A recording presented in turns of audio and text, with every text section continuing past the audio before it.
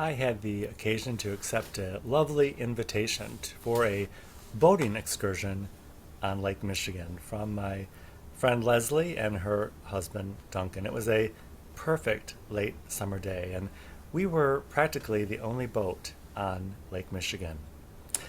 Leslie saw another boater far off in the distance and immediately remarked, "Oh, that guy looks like he could be in my way or cause me trouble." She said, "I see everybody as a potential threat or hazard." I told Leslie, "Everybody feels that way." She said, "I'm so glad you think so." Welcome to Conservative Coffee Hour. I'm Stanley Smith. Each week at Conservative Coffee Hour, we take a look at the news of the day and political issues which actually affect people's real lives. This week, we'll be re-inviting Ania Gramone to join us again to talk about the cycle of stress. Ania explained to us last week that the cycle of stress is it's a natural phenomenon. Stress and anxiety help us navigate dangers and hazards in our lives.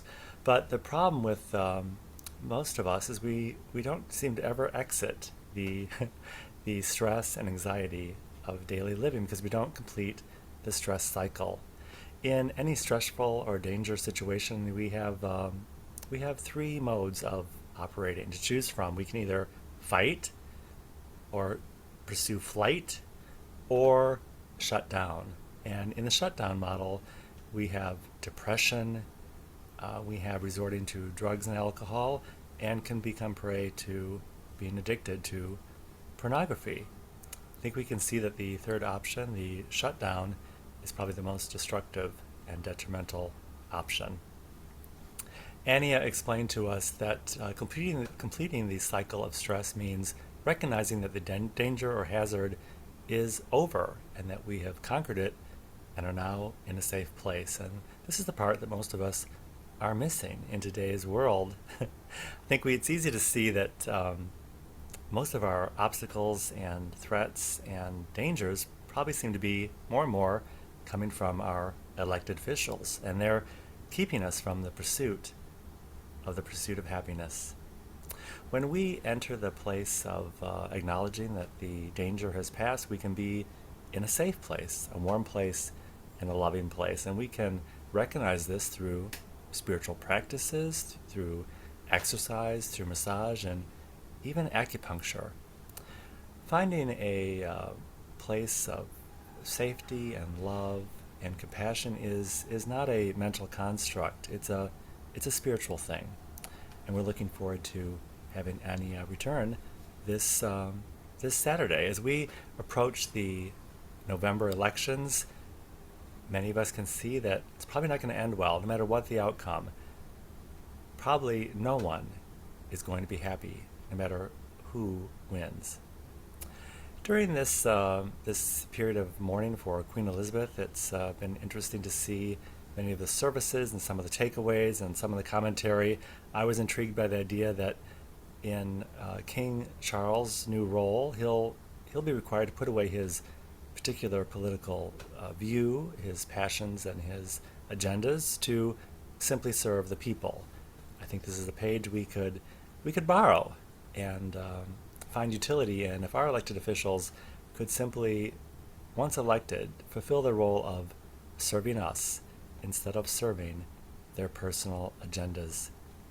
As we watch the world careen out of control, and as the news escalates, we can see many, many obstacles and dangers on the horizon, and we need to all navigate our way out of this before it turns into a big shipwreck. The news cycle continues to escalate, and for some of us, myself included, we've developed some coping skills. But going into the pandemic, I was intrigued with the idea that they said the military has coping skills, but the general public does not. In my particular case, I've lived my entire life knowing that most of the things I believe are wrong, at least wrong by the world standards, and because of that, I do have my fair share of coping skills. I was talking to my friend Barbara this week, and she shared with me the idea that many people believe erroneous conspiracy theories just to make themselves happy. And she said, an example of that is that the FBI is, unduly pursuing President Trump. And she said that they're not out to get him. They're simply doing their job, and it's just an investigation. When I asked Barbara, what would happen in her life if she found out that something she believed was not correct or erroneous, and what would happen if she found out that the FBI had indeed overstepped their bounds and perhaps even broke the law? And she said she would have to go back to a time in her life when that had happened before, when she had believed something that was erroneous and found out it was false. And she said I'd have to go probably back to the 70s to find something that was the case. I didn't point out to Barbara that in her particular case, this is probably not going to end well. But on this Saturday's call, I think most of us are going to find some additional skills we can learn from Anya as we move into the fall midterms that will provide new and additional coping skills for us to make sure that our situation does not turn out to be a boating accident on Lake Michigan. If you would like to join us on Saturday Conservative Coffee Hour, it's every Saturday at 10 a.m. Central Time. I will include my email in the description of this video. I'll be happy to send you an invitation. And I look forward to seeing you very, very soon.